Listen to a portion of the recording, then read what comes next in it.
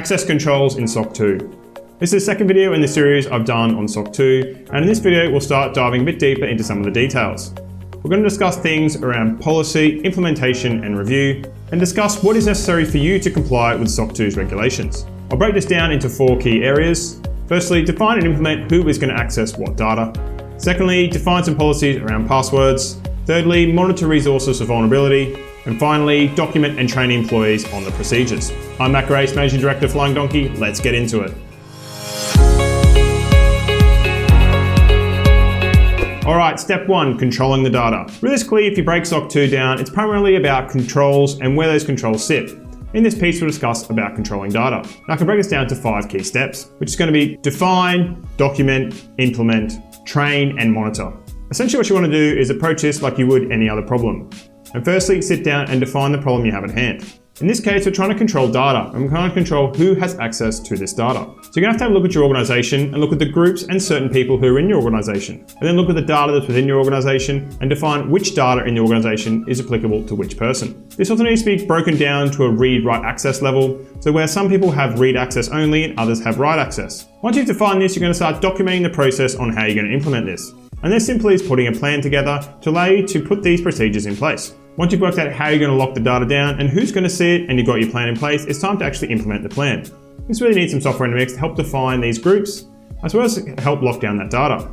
So once you've implemented this policy, it's time to train your employees and then monitor it. And the reason you need to do this is make sure that the plan and procedure you've implemented can actually be taken forward by your employees and monitored on an ongoing basis. And this is going to be key to continually getting your SOC 2 compliance. So let's have a look at a quick example here to try and make this a bit easier to understand. Let's say you run a company that has multiple clients, and certain people work on certain clients in different teams. Now, one group who's working on client A doesn't need to have access to data in client B. So maybe you can define each person in your organization as working on a particular different client. These employees can then be grouped into those certain groups, client A and client B, and client A can then have access particularly only to client A's data. Now previously this may have formed in the fact of various Word documents and may have been done on a folder level, but today with various online tools around document storage, this may need to be done in something like Google Drive or Dropbox, as well as other platforms you may have in place. But the key thing here to understand is what you're trying to do is segregate the data from people who should be seeing it and who shouldn't be seeing it. There is really no point for people who are working on client B to have data or access to people who are in client A. Alright, let's look at our next section, password protection. This is probably more obvious and probably something you've been doing for a bit longer. We all know that short alphanumeric character passwords are very easy to hack. Within SOC 2, they give some clearly defined rules on what a password needs to achieve in order to be SOC 2 compliant. These rules can be implemented by your IT division and put in place to allow you to not enter passwords that don't hit this security requirement. A couple of key things here are going to be length of passwords, must be greater than 8 characters, and passwords can't be repeated in your last 24 attempts. Simply putting password 123 and then changing it to password 124 and then changing it back to password 123 is not going to cut it. You're going to need to change your password on an ongoing basis, generally every 90 days, for something brand new you haven't had in the last 24 times. There's also a couple of other key things here. Multi-factor must be enabled, and there must be a lockout for people who are trying to attempt their password more than 5 times. I know that some of these things can sound annoying for the end user, but it's very important from a security perspective to allow people to not be able to brute force attack your passwords and get access to your critical data. And SOC 2 is just trying to enforce this. Monitoring. Right, you might put all these procedures in place, but it's really about monitoring this and seeing it in action to make sure that it's working for you and your organization. Monitoring can take a huge amount of forms, and there's a ton of things you potentially need to monitor to comply with SOC 2.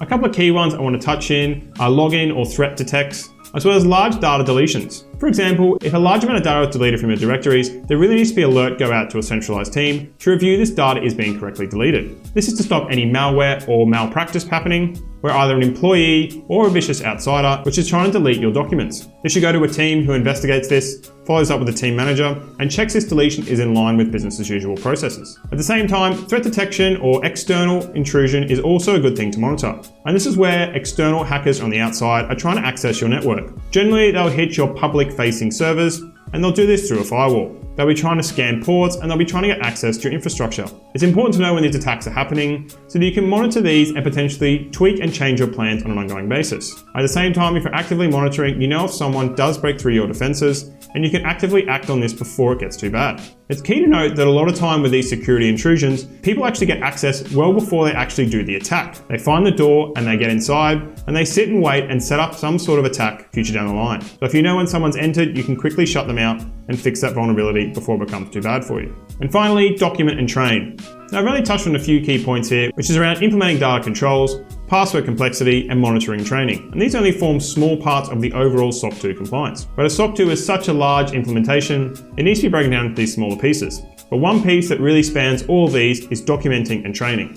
While I will touch on further parts of SOC 2 in the future, it's key to understand that all processes must be heavily documented and all employees must be trained on these documentations. As I said at the start, it's no point implementing these policies and procedures if employees simply don't follow them. These documents will be reviewed by your SOC 2 auditor and will need to be updated from time to time, generally annually. And this also feedbacks into your employee training. You will need to train your employees on these documents and procedures and policies to make sure they comply with all the SOC 2 regulations. And while it may sound like a lot overall, it gives your business a lot of security to make sure that you're looking after your data and also your client's data. Alright, implementing SOC 2 is not a short thing, and I hope this has helped you on your journey to becoming SOC 2 compliant. If you ever want help with getting SOC 2 certified or having some initial pre-reviews that we provide, feel free to get in touch.